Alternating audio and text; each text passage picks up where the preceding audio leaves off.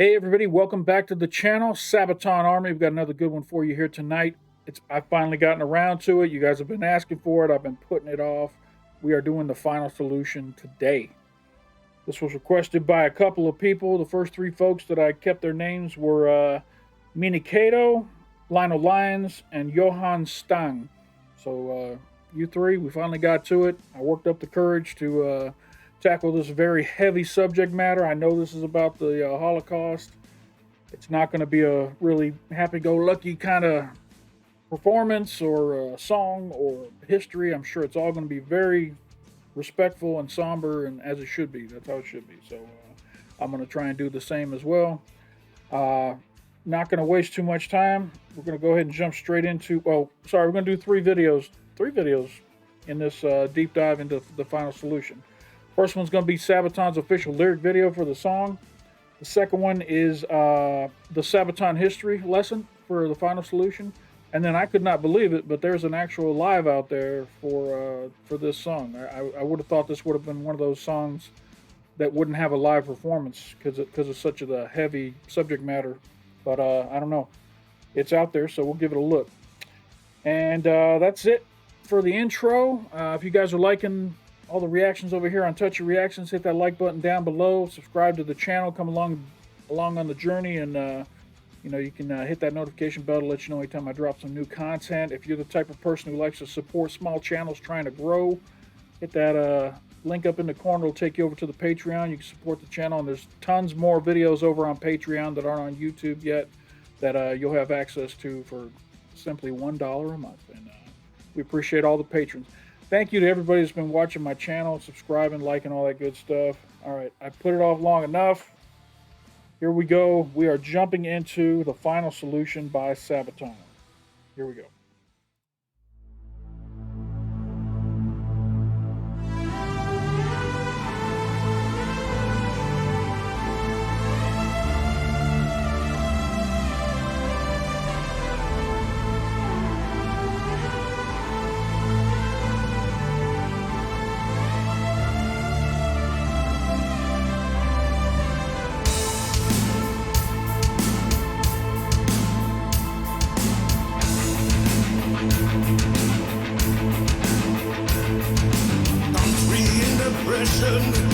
Nation in despair, one man seeking reasons everywhere,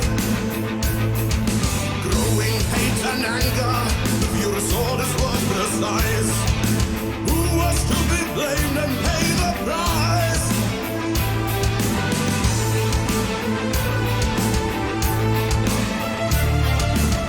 All right, there's a lot of signs in this, so I'm going to have to go back and read some of these because they're going by pretty quick here. By the end of 1942, victims were being regularly transported by freight train to extermination camps.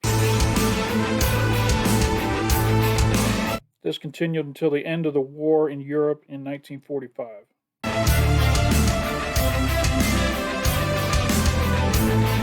The persecution and genocide were carried out in stages, culminating in what Nazis termed the final solution to the Jewish question.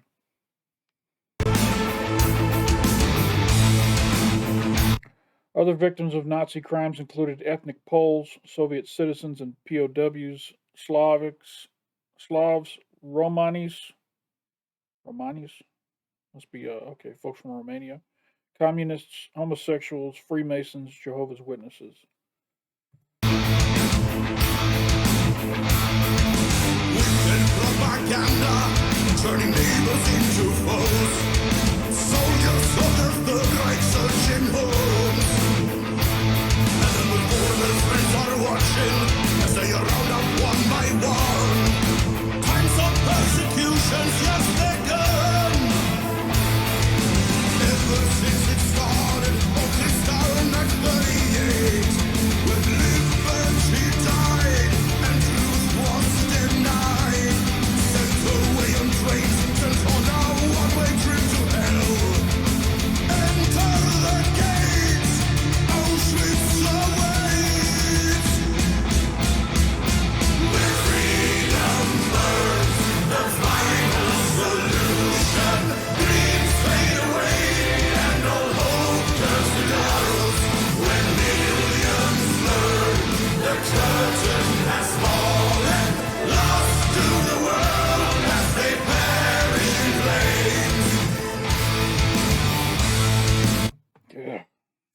I need a moment. I need a moment.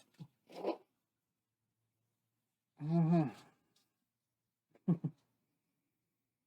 I don't know how I'm gonna get through the history. The history's gonna be rough.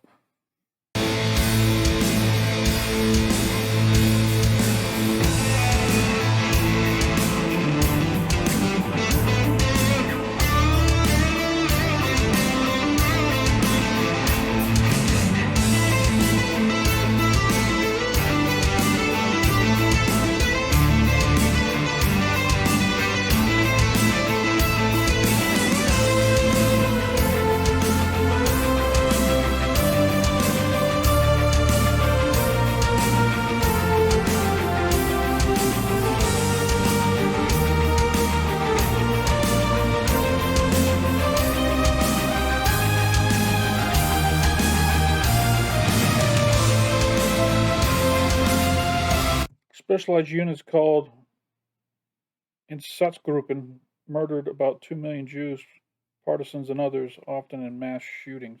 The Holocaust was a genocide in which Adolf Hitler's Nazi Germany and its collaborators killed about 6 million Jews. Wow. The Nazi German government established a network of concentration camps in 1933, then passed laws to exclude Jews from civil society in 1935.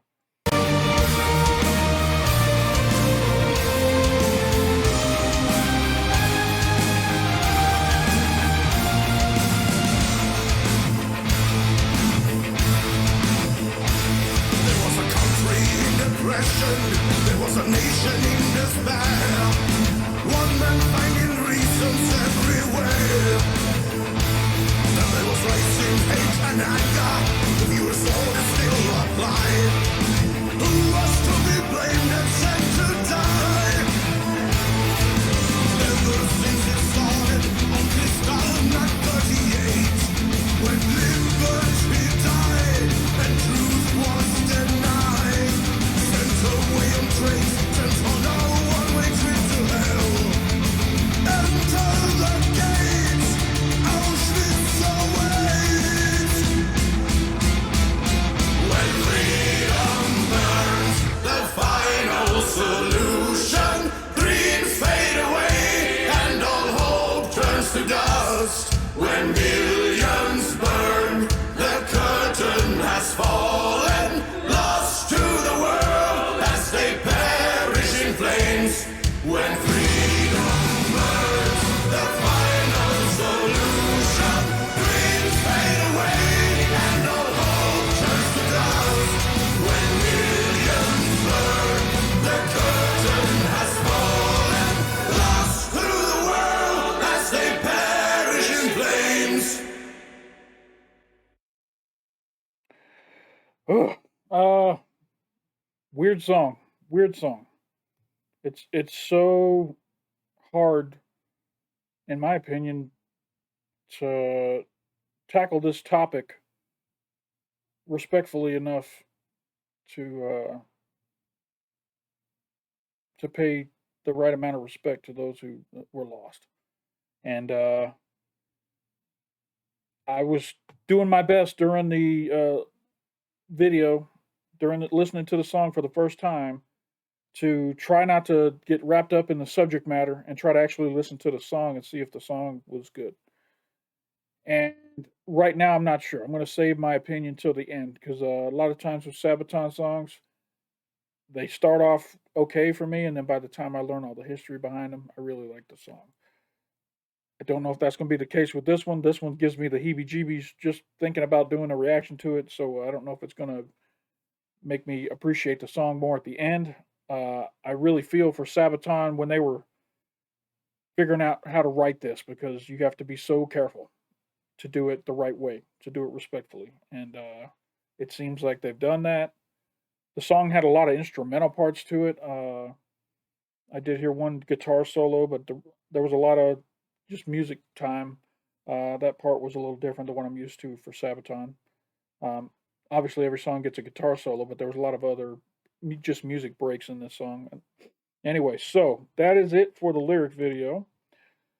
Let's go ahead and jump into the history. There's a content warning on the front of this history lesson. It says this video depicts events of historical and humanitarian importance that were especially graphic and violent. Materials may include descriptions, recordings, photographs, and videos of hateful language, violence, death or dying, or genocide. Parental advisory for viewers 16 years old is advised. I'm actually going to put an 18-year-old block on my video for this. You got to be 18 or older to watch it. So, obviously, we're dealing with arguably one of the worst horrors that humankind has ever experienced in this content, and we're about to go through it tooth and nail. I'm sure Indy's going to do a great job of covering it. So I'm gonna leave it up to him, and let's go ahead and jump into it, not waste any more time.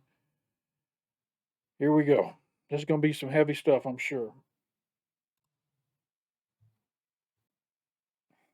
This episode of Sabaton History is about one of the darkest chapters in human history.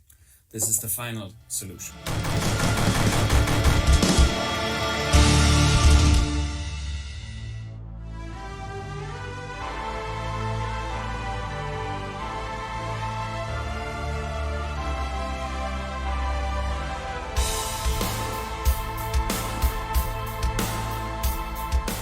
It happened on November 9th, 1938.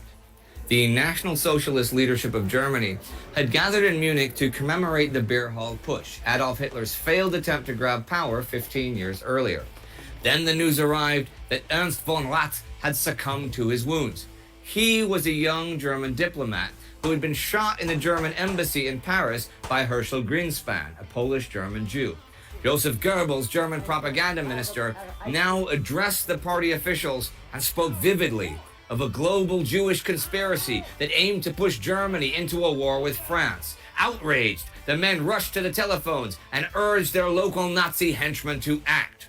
What followed was Kristallnacht, the Night of Broken Glass, a nationwide pogrom against Jewish communities in Germany. 1,000 synagogues and prayer rooms were vandalized or set on fire. 7,500 shops were wrecked and looted.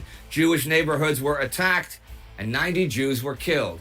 It was the climax of years of anti-Jewish policies and harassment. Adolf Hitler's chancellorship had turned anti-Semitic rhetoric into state policy. Since mid-1935, Jews faced increased harassment. Under Reinhard Heydrich, the German Security Service, SD, began monitoring Jewish organizations and affairs more closely. To the Nazis, Judaism was not only totally alien to German culture, but also the natural enemy of National Socialism. Hitler believed in an international Jewry that pulled the strings behind both Soviet Bolshevism and Anglo-Saxon capitalism, and Germany must free itself from their influence once and for all. For the Führer's planned cleansing of the Reich, Heydrich recruited Adolf Eichmann, a former desk worker at Dachau concentration camp. All right, so just a quick observation on here's another Adolf, right? Or Adolf. I got to imagine that's one of the least popular names in the world these days. Nobody names their people Adolf or Adolf nowadays. That name is grabbed its place in history, and it is not something you name your child. Kind of like how Karen is starting to take that negative connotation. I hate it for all the Karens out there that are great people, but not that they even compare close to Adolf. I'm just saying, there's another Adolf Eichmann, and it just made me think about the fact that ain't nobody naming anybody Adolf these days, unless you're an awful person. I don't know. It would be his job to implement these stricter policies aimed at excluding Jews from the German economy and everyday public life. By making their lives as miserable as possible, they would push the Jews to voluntarily emigrate from the Reich. They were not to feel welcome nor safe in Germany, and public opinion was to be swayed accordingly. Over the following years, Jews were denied entry into theaters, into cinemas, museums, and restaurants. They were banned from using public transportation and even owning bicycles. Shopping was restricted to 1 hour a day, and there was a strict curfew in the evening. And Jews were not allowed to buy certain things like cigars or flowers. They were not allowed to own telephones or typewriters either. They eventually had to wear a yellow badge to visibly differentiate themselves from everyone else, and they paid extra taxes. The Nuremberg racial laws of 1935 were set in place to legally segregate the Jews. Citizenship was restricted to people of German blood. Jews were reduced to mere subjects of the Reich, without political rights. They were fired from the civil service. Teachers and professors were ousted. Jewish-owned shops were attacked. The Hitler Youth Organization chased Jews out of public spaces. The laws were so strictly enforced that even the smallest misconduct could lead to imprisonment or worse. Jews lived under a constant fear of inspections, house searches, and death threats. And then Kristallnacht happened. Hitler, however, was furious at Goebbels about inciting all the violence in the streets. An unregulated mob roaming the streets not only discredited Nazi authority, but also had a sobering effect on the German people. Many bystanders were shocked by the uncontrolled violence and the lawless behavior of the mob.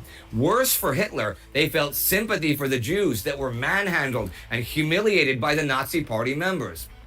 Hitler actively forbade any such organized pogroms in the future. The Jews, he insisted, were to be expelled from Germany through laws and edicts, and detained far from the public eye. Over the next months, Jews who had broken the laws were sent to concentration camps, to Buchenwald, Dachau, and Sachsenhausen, which had previously housed political prisoners and actual criminals. Now the majority of the inmates were Jews. The fate of the Jews was to be tightly bound to Hitler's ambitions. On the road to war, the Fuhrer stylized himself as something of a prophet. In his speeches, he repeatedly warned of international Jewish influence, and that if the Jews would steer Germany into another world war, they would not survive to see its end.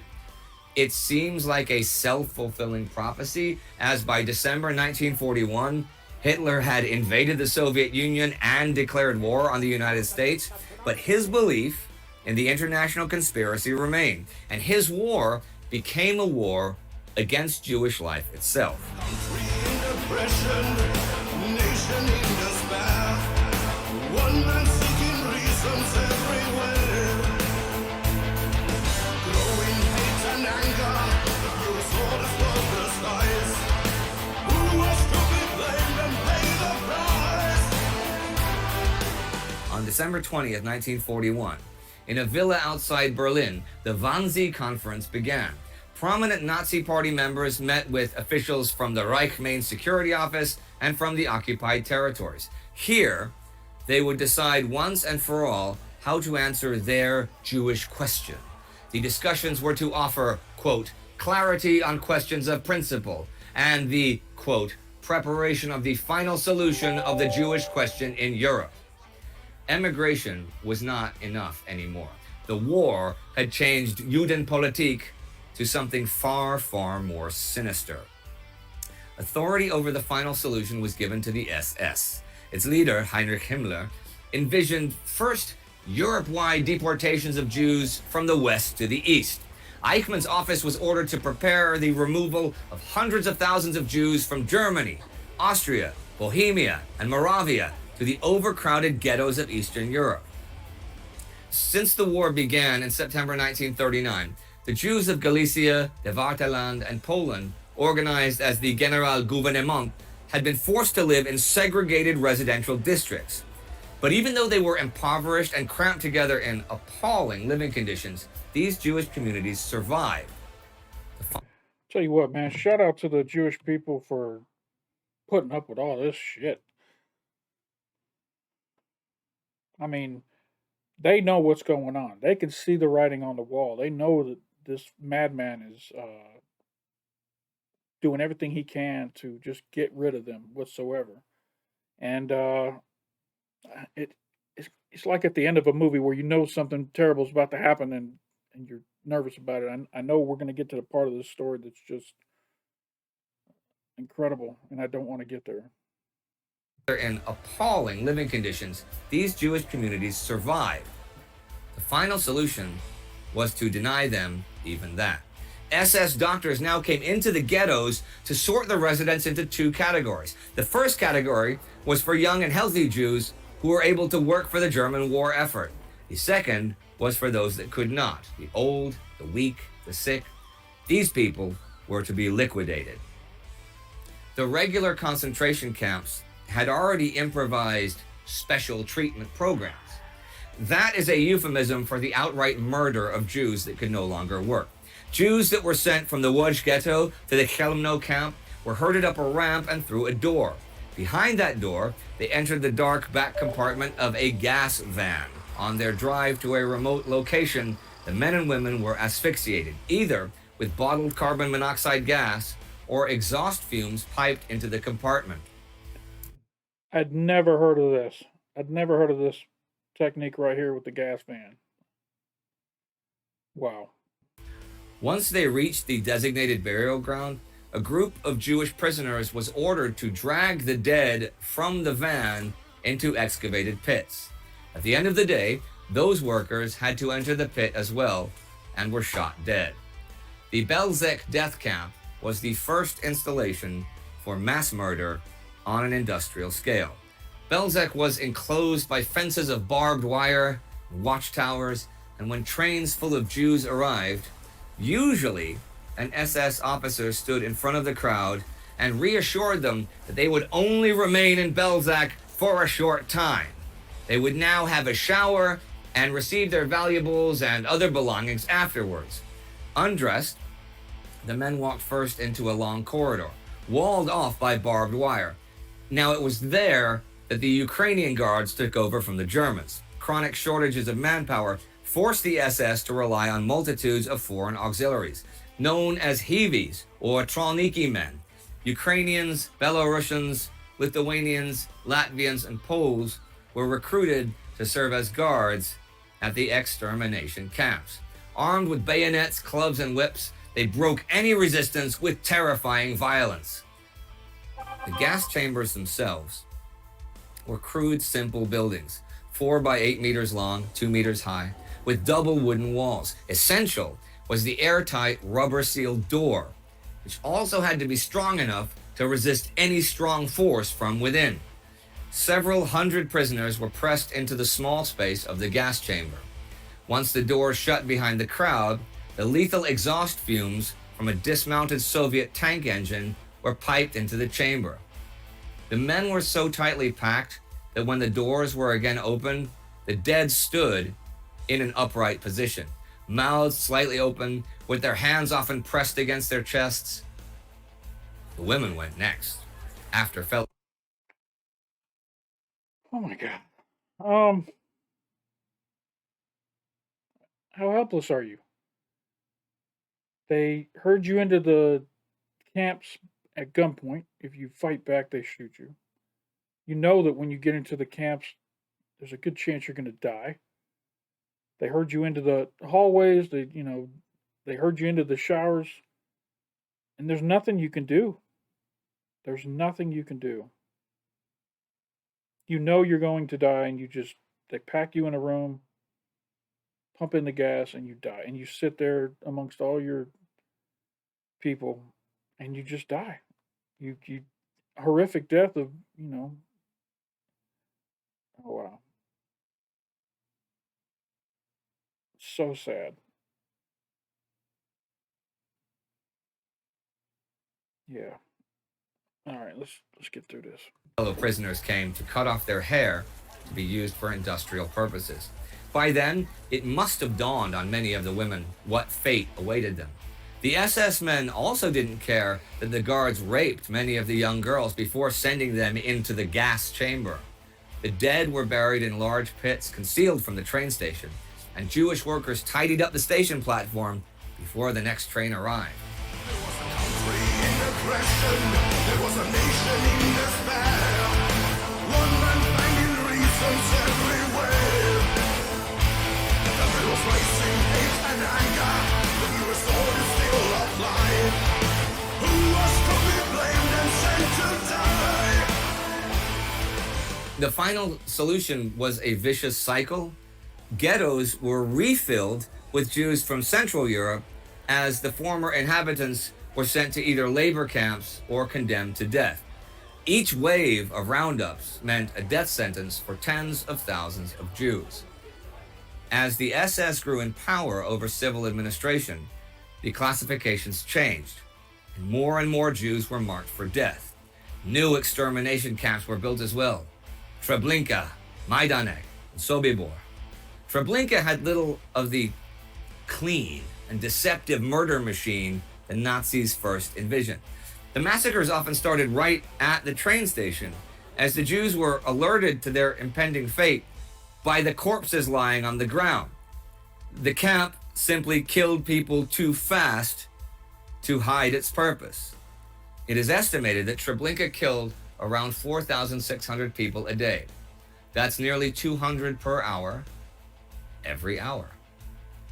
Auschwitz became the last place designated as an extermination camp, though it had been in use since early in the war as a terror camp for Polish officials and dissidents. In July 1942, it was incorporated into the final solution. While Auschwitz I was to remain mainly a concentration camp for forced labor, a second Auschwitz camp at Birkenau would experiment with new extermination techniques. The first gas chamber there opened in March 1942, and it was outfitted with crematoria for disposing of the corpses of the dead. Once the prisoners How do you keep up with 4,000 bodies a day through a crematorium? It takes longer to burn them than there are hours in the day. That thing must have been huge. Ugh. All right, what do we got? 7 more minutes. were inside the gas chambers, SS men wearing gas masks would remove the covers of the ceiling vents, opening cans of Zyklon B poison. The body heat of the people pressed into the chamber caused the Zyklon B crystals to vaporize, releasing hydrogen cyanide gas. The Jews painfully choked to death on the fumes in minutes, even seconds. Auschwitz was also the place where German doctors experimented with mass sterilization of many Jews that were not destined for immediate extermination. Just got chills up my back. I've got goosebumps on my arms. I am not doing well with this. All right, what do we got here? 6 minutes? Okay. What had begun in 1935 would find its terrible conclusion in that year of 1942. The Nazis envisioned a final solution that would exterminate Jewish life in Europe. And as long as the war was fought, as long as the Nazis remained in power, and as long as the camps remained open, the Jews would suffer and die. The final solution was the darkest chapter in German history, and one of the darkest in our world's history. And the Holocaust is vital to be remembered as both a commemoration for its victims and as a warning to future generations of the depths to which humanity can sink and the atrocities that man can commit against his fellow man if the darkness and the hatred in some human souls is left unchecked and allowed to grow and fester.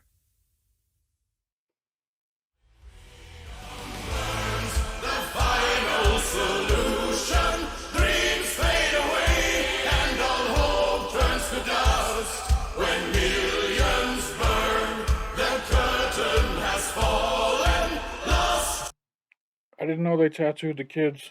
Oh my god.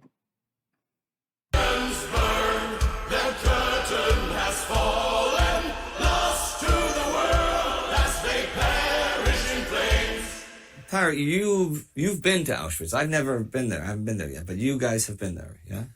Yeah, we've been there 2 times with the band stopping by. Obviously, we play a lot of concerts in Krakow, and this is very close to Krakow. It's a place I always recommend our crew members and band members to go and visit. And even though the second time we came, Why the hell would anyone ever want to visit that place? Oh my god.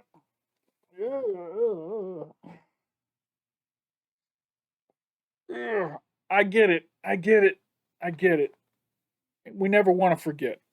We want to make sure we never repeat this awful, horrific stuff that has happened. But for God's sake, burn that thing to the ground and put up a memorial for those who were killed there. Oh my God. You couldn't, I don't think you could drag me to Auschwitz for a tour or whatever it is they do there.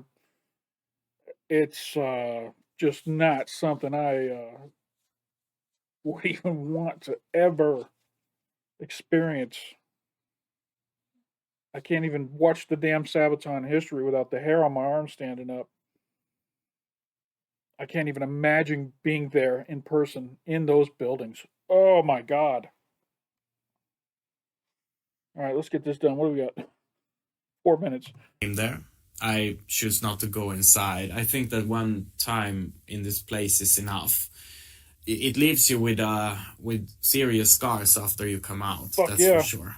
When we wrote the song, we thought we seen so many documentaries, we read so much about Auschwitz that we thought we could sort of be prepared to what we're gonna face. Yeah.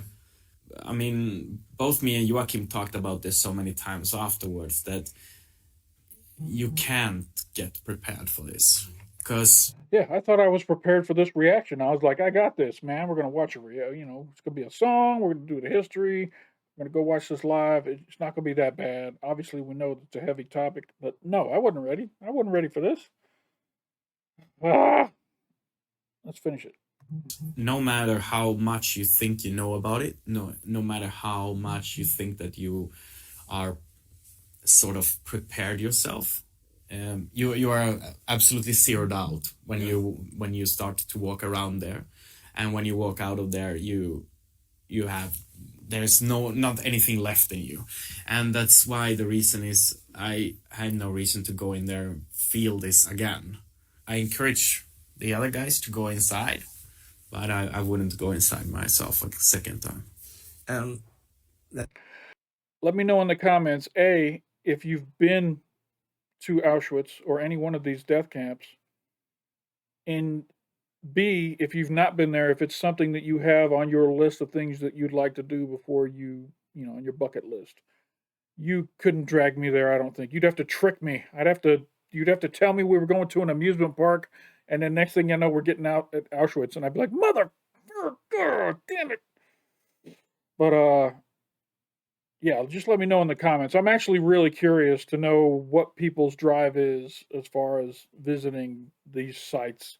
To me, it's like, oh, hell no. If it were up to me, burn them to the ground. I don't know, build something amazing there, like a park, and dedicate it to you know, to all the people who went through that hell. But for fuck's sake, get rid of it. But that's, I'm one of those people who deals with tragedy and chaos by tucking it away and where no one can see it. You know what I mean? And maybe other people feel differently, but I'm rambling. Let me just hit play on this and finish this thing. And just writing the song in the first place, I mean, it is a heavy topic, sure, but it is also a controversial topic. There are Holocaust deniers out there. There's people out there that when you wrote the song. That's another thing. Fuck all you Holocaust deniers. It's on video. They've got records. It's all been proven. This is not a fucking false flag anything. Fuck every one of you that thinks this was not real. Oh my God. Ugh. I need a minute. All right. Let's go ahead and finish this again. What do we got? 3 minutes? Did you get reception? Did you get critique from? We get as there can be sometimes with Sabaton, there can be people who say, oh, you are profiting from this, or you write a song to become popular about this. There are angles that people try to sort of attack the band Sabaton for what we are doing. Again, we are telling history and we are keeping it alive, and we choose, of course, not to see that we are in any way promoting anything that we are singing about in this terms of we're just saying this happened. Yeah. But we had a lot of people who got upset when we did this song. Okay.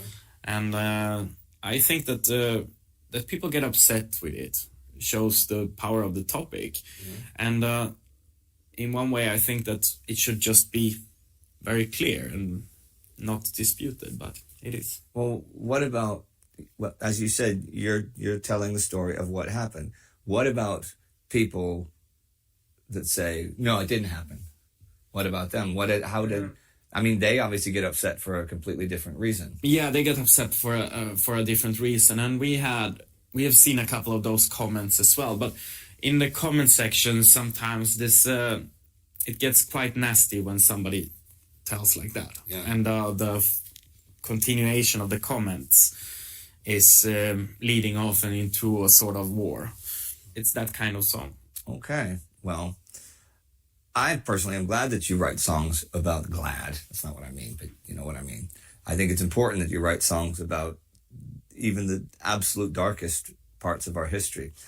And on that note, I'm going to say goodbye for today. Never forget.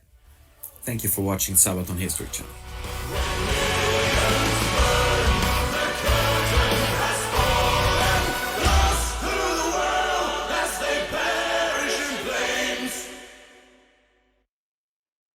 All right.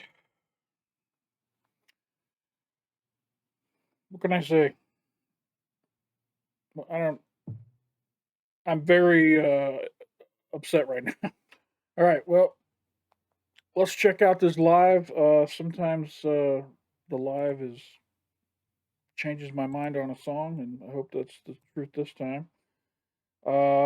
I can't even believe there's a live for this. I mean, there's been a lot of Sabaton songs that I've reacted to that didn't have lives, and it was obvious why because of the content. But I'm just shocked that this one has a live. Maybe it's just mislabeled. I don't know. But we'll go ahead and jump into it and see how it is. I'm going to turn the volume down just for a second because I don't know how loud this is going in. But this is the live performance of The Final Solution by Sabaton. Here we go. Or it's Joachim playing Jump by Van Halen. Oh, thank God. Some levity. Some levity in this video. Thank you, Joachim. Thank you. Oh, and he's going to go from this into The Final Solution. That's going to be a hell of a transition. Here we go.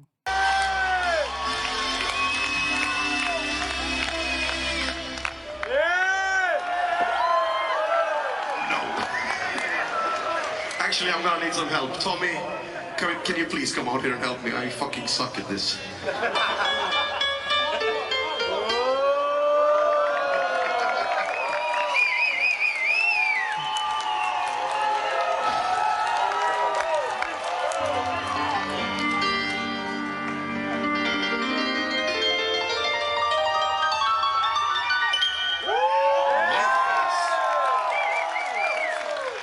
But you know what? If you have a lighter, it's time now to use it, actually, my friends. Yes, and if you have a cell phone, that works as well. Come on, I know you have them. You always put us in I love the pyro guys on the crew. They're just, we're just going to come out here and light some fires. I called one of them a Teletubby one time in one of my reactions. YouTube.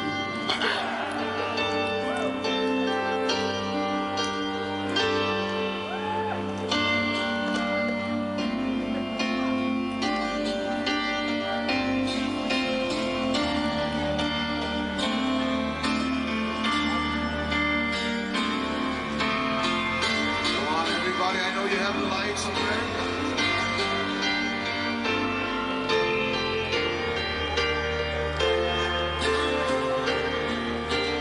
Beautiful. Let's do a very sad song. It's The Final Solution.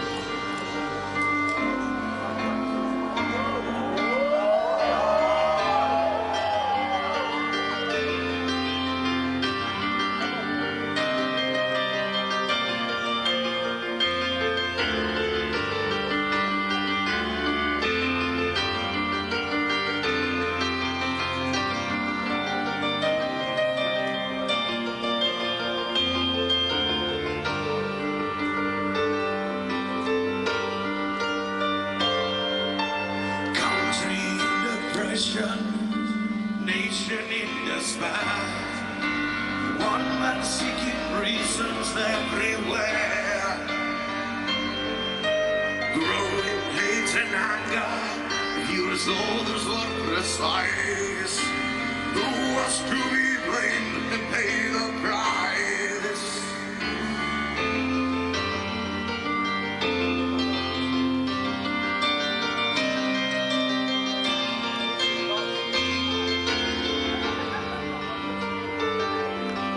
A little bit guitar, maybe.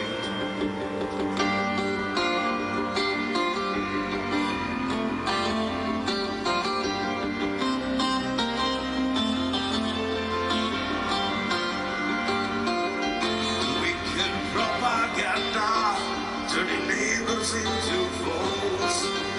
Soldiers on the front right searching holes. I kind of like this version. I don't know. It's a lot different. A lot has a different atmosphere to it. I like it. And then the foreign friends are watching as they are round up one by one. Times of persecutions just begun.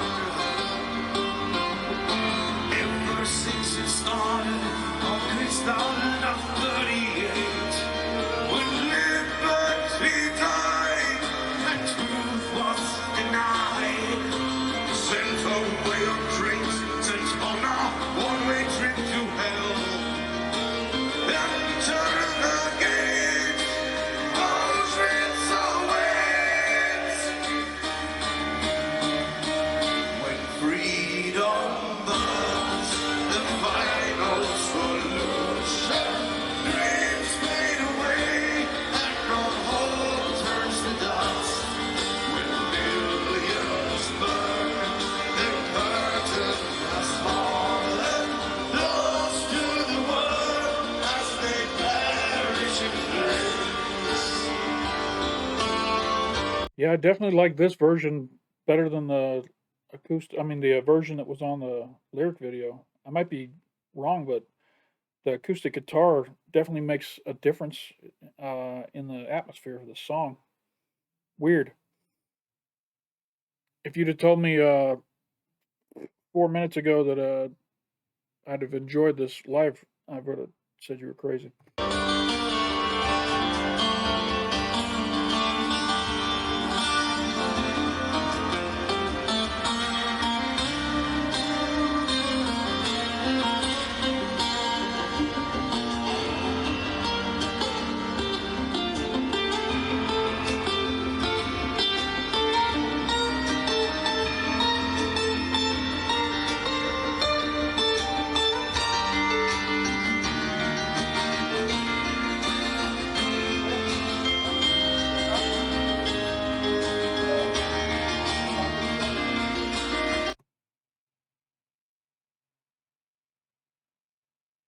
Thought I heard dogs barking.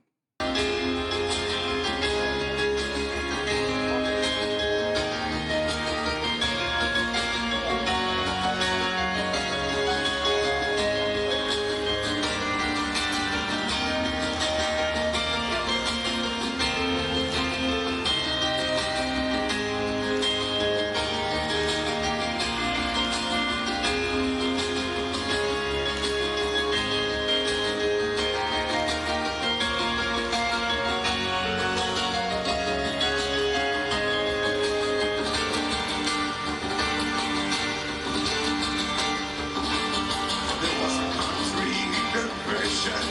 There was a nation in despair. One man finding reasons everywhere. There was growing hate and anger. The furious father still alive. Who was to be blamed and sent to die? Ever since it started on Kristallnacht 38, when liberty died, truth was denied. Sent away on trains, sent on a one-way trip to hell. Enter the gates, Auschwitz awaits.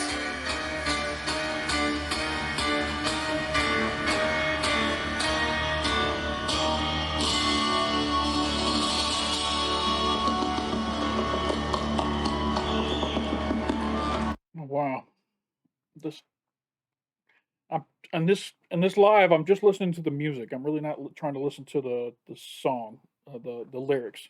We've been through that. We've been through that. The music in this is great. Uh, the guy on, I think that's Chris over there on the acoustic guitar. He's killing it over there. All right, let's get back into it.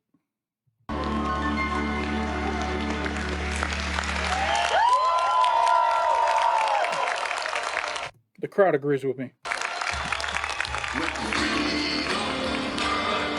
The final solution.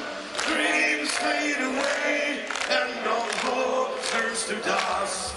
When millions burn, the curtain has fallen. Lost to the world as they vanish in flames.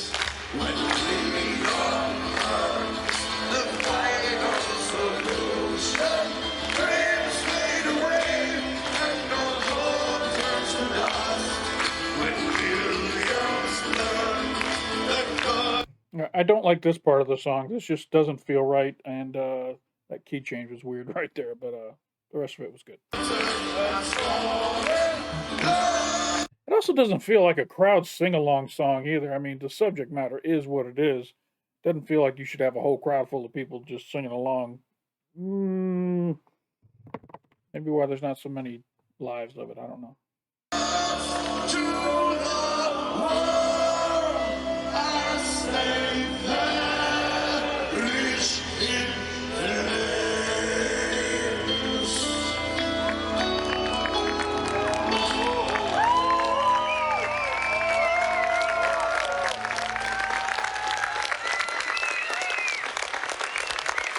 I give this live performance 8 out of 10. I didn't like the end, but the rest of it was great. You can't end a show with that either. There's no way they end a show with Final Solution. That's something you maybe slip in at the end of the second act, just to let the band have a rest. Maybe, I don't know, but ooh, you got to come back with something heavy and happy and get the crowd pumping before they leave. You can't drop Final Solution on them and then be like, "Good night, everybody." Oh God, everyone's walking out to their car all depressed and sad. Why? All right, that is it for this reaction video. If you enjoyed it, give me a like down below. I'm sorry, this is not one of the fun ones, obviously, but it's a necessary one. Absolutely necessary. I'm glad I did it. People have been asking for this ever since I started reacting to Sabaton videos, and I've just been saying, I don't want to do that. Let's put that in the back burner. Let's put that over here. But today was the day. I did a poll on Patreon and put up 10 songs and asked my patrons, what do you want me to react to? And this one got picked as one of the top 4. So, had to do it, man. If you guys want to join the Patreon, there's a link up in the corner over here. Over on the Patreon, you can get early access to videos that I've already recorded but haven't dropped on YouTube yet. And you can participate in polls and all that fun stuff. So, I don't know. I guess I'll wrap this video up. This was a hard one. I'm glad it's behind me. I'm going to go edit this thing, put it up on Patreon, and then I probably will never listen to this song again just because of where it takes me mentally. I don't like music to take me to these places where the hair stands up on my arms, and I don't think I'll ever be able to hear this song and not feel that way. So thank you, Sabaton, for making sure that people don't forget about the Holocaust. And, this is a song everybody should hear once, at least, in their lives, so that they at least, heck, that Sabaton History was kind of rough, kind of hard for me. All right, stop rambling. That's it. Appreciate y'all stopping by, and don't forget to come on back.